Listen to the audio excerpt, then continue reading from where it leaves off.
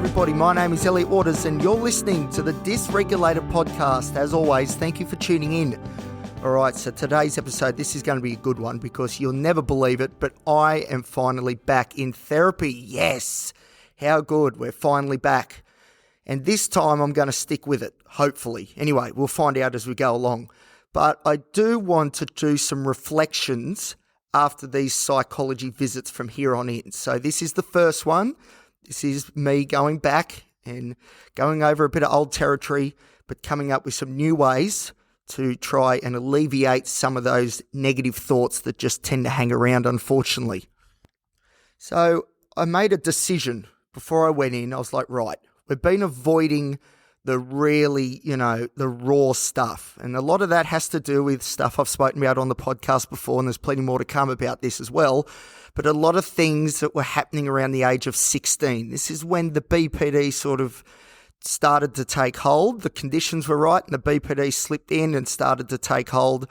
There's a lot of relationship stuff going on, a lot of peer pressure, a lot of, trying to figure out your place in the world, your social hierarchies and all that sort of stuff. So there's a lot of emotional trauma, I would say, from that sort of age. So when I'm in therapy, typically, if we do an exercise or a technique, say that, so for example, I don't actually know what this is called. I did this a while ago. Let's see if I remember how it went. But the idea was I had to think of an emotion. Like I think sadness might have been the one that I picked. Then I had to meditate on that feeling. So where could I feel physically that feeling of sadness?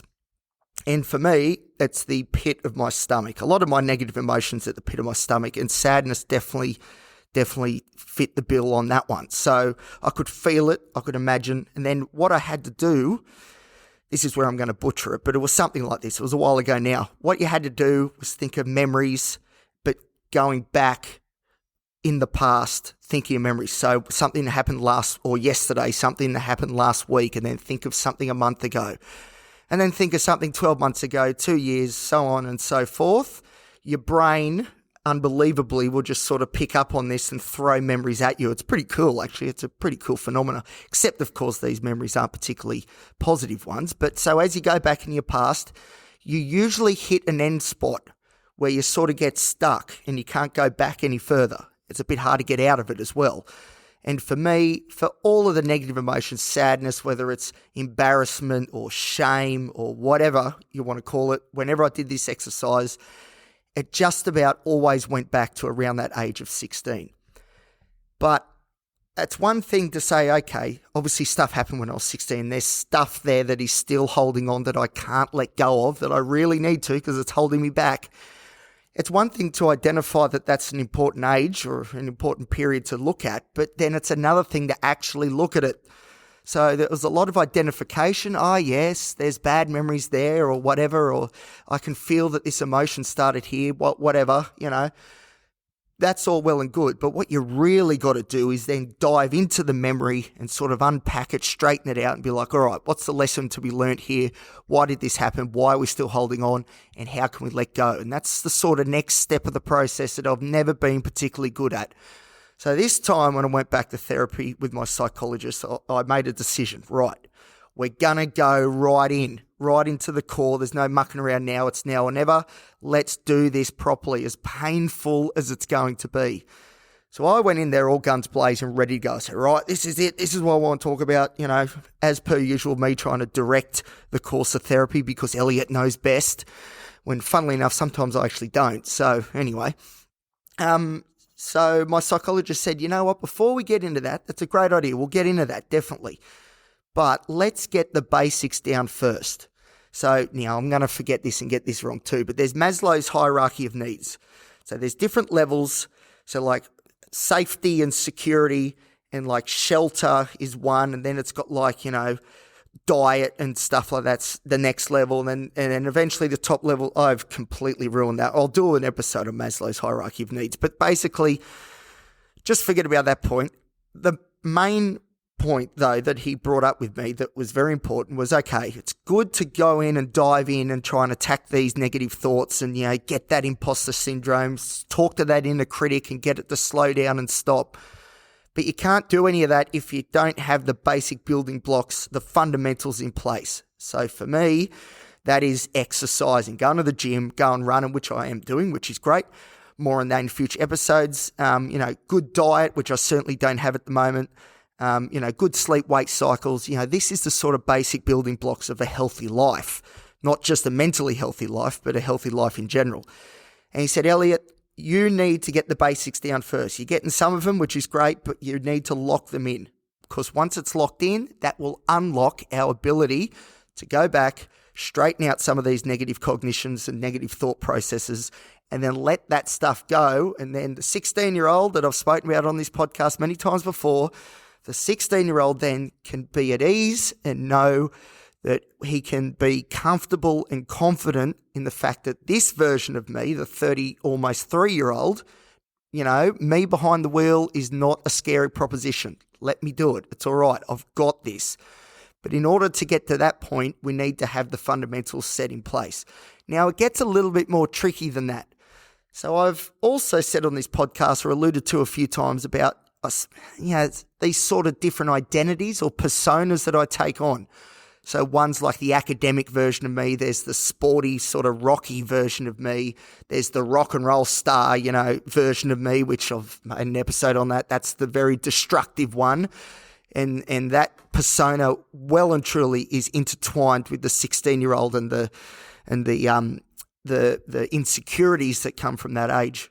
And there's a few others. So this is classic with borderline personality disorder, taking on now it's not complete different identities like in dissociative identity disorder, but at the same time, it is still distinct sort of persona differences. So, for example, the rock and roll star, I'll wear me denim jacket, I've got my AC/DC shirt on, all that sort of stuff, the tight jeans, real rock and roll.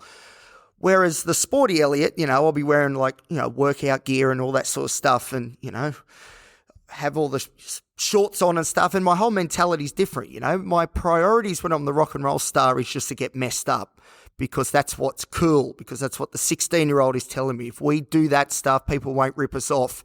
So do that stuff and then we're cool.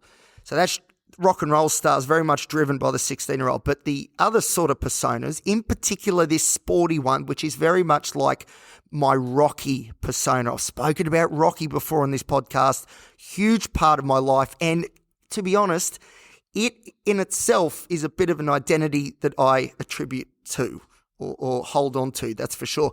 So what my psychologist said is, all right, let's not fight the fact that there's a few different personas and versions of Elliot. Now, they're not distinct versions, all right? It's still the same me. It's the singular self.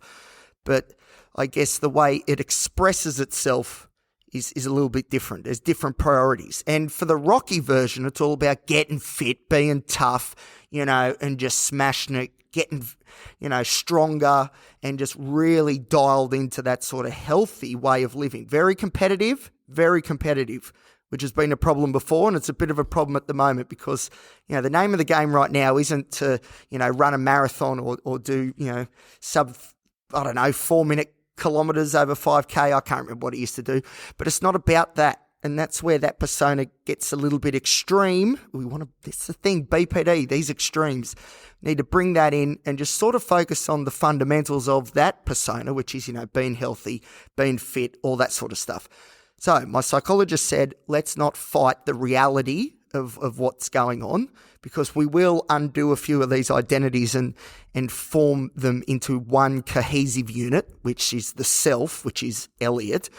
Anyway, that is a work in progress. So we're not going to fight that. What we're going to do, though, is really focus in on the Rocky fit version, because that of all the different sort of identities that I like to take on or ways I like to express myself is the healthiest and is most conducive to good results in therapy, because we're eating right. We're sleeping right because we've got to get fit, we've got to put on some muscle. So we're sleeping well, we're training hard, and this Rocky persona comes with it, if we do it properly, a lot of dopamine. There is a lot of dopamine wrapped up in this identity because we're doing good things and we know that we're doing good things and we're pushing ourselves, not to the extremes though, of course. If we can help, we've got to bring those extremes in. but it's a very healthy, driven sort of mind state. And out of all the sort of little personas and masks and all that different stuff that I put on, it is this one that we've called the Rocky persona. It is the one that will hopefully set me up for not only great results physically, but great results emotionally, cognitively, mentally in general as well. So that was a big part of it. So I went in there saying, I want to attack this area of my personality. I want to go back to these certain memories and talk about this and straighten this out. And quite rightly, my psychologist, who would have thought knows more about this and has better ideas about this than me, the objective authority that is my psychologist, he said, no, take a step back. Let's just try and get this singular sort of approach to living going, which is this persona, this athletic Rocky persona. Get that down. Then that means hopefully the fundamentals will be locked in place. Like I said, diet, exercise, all that sort of stuff. And then when we've got that real firm foundation, when we can tick those boxes, when we're, running at our best, we're doing all the right things, that is the time and the conditions and the environment in which real psychological change can happen. I was told once, if you're doing therapy but you're abusing substances, I've been told, and I think this is definitely true, that psychology interventions just do not work. The substance abuse sort of takes all the space for change, because it is all definitely not empowering, all overpowering, and it gets in the way, and you just can't get into the real therapeutic sort of stuff because the substance abuse is blocking it. That behavior and everything that goes with it is blocking it. And I think it's similar when it comes to a bad diet. If you're eating sugar and having a crap load of caffeine, which I do, that in itself causes anxiety. That ruins the ability to get in this therapeutic zone and see those changes. If you're not sleeping right, if you're having 3 hours of sleep, you can't concentrate. If you're like me with ADHD, that gets a lot worse. That in itself is a block to getting in this therapeutic zone. So we've got to remove the blockages. And God, there's a lot of blockages in my world. But that is exactly what we're going to do, I hope, because it is very, very important that this gets done. Got to get the fundamentals right, and then we can kick on and improve and build that life worth living that I mentioned. That is the goal. That is the key. All right, so that's my return to therapy. I hope that makes sense. At the moment, this is pretty cool. I'm actually at the University of Newcastle City campus. And what's cool is, because I'm now a research assistant here and I have my staff card, I'm in some lecture hall that when I was a student, I was never allowed in. I'd swipe my card and it'd reject me. Whereas now that I've got this staff card, I'm in this lecture hall as I'm doing. This is unbelievable. Like, seriously, this is going to do wonders for the podcast. This is so cool. But it's interesting, though, as I sit here, I'm at the front of the room, say I was a lecturer, although I'm sitting down, not standing. But it's funny because I can feel people's eyes on me. There's no one in this. There's no one in here. It's just me. And the seats are empty, but there's a lot of seats. And the seats, they represent people's. Even knowing that there's no one there, my anxiety's saying, no. There's people sitting in those seats. They're looking at you and they're judging you negatively. It's very interesting that sort of happens. I think that needs a bit of a dive into as well, because it's interesting how, and these are mental illnesses, they're disorders. They're not just, I'm a bit embarrassed. Like, there is literally no one in this room, and yet I feel like there's 100 people staring at me right now as I speak. That is mental health disorder right there. That is not an appropriate response to the stimuli, which is an empty lecture room. Yeah, maybe a little bit of anxiety because, it's a big room and there'd be a lot of serious topics discussed in here and some real serious brain power. But I shouldn't feel like there's 100 people looking at me and judging me negatively. It's just not in line with the catalyst of what I'm actually seeing in my environment, which is nobody. So that's very interesting. So we might talk a bit more about that down the track as well. All right, that's enough for me. I need to get out of here before I get booted out and my staff card is taken away. Thank you so much for listening. I do appreciate it. As always, I would love to hear some feedback. If you've got any, I love the feedback. I love talking to people on Instagram. And if you do want to talk to me on Instagram, you can follow me at elliot.t.waters, or you can follow the show at thedysregulated.podcast. All right, until next time, thank you, everybody. Catch you later.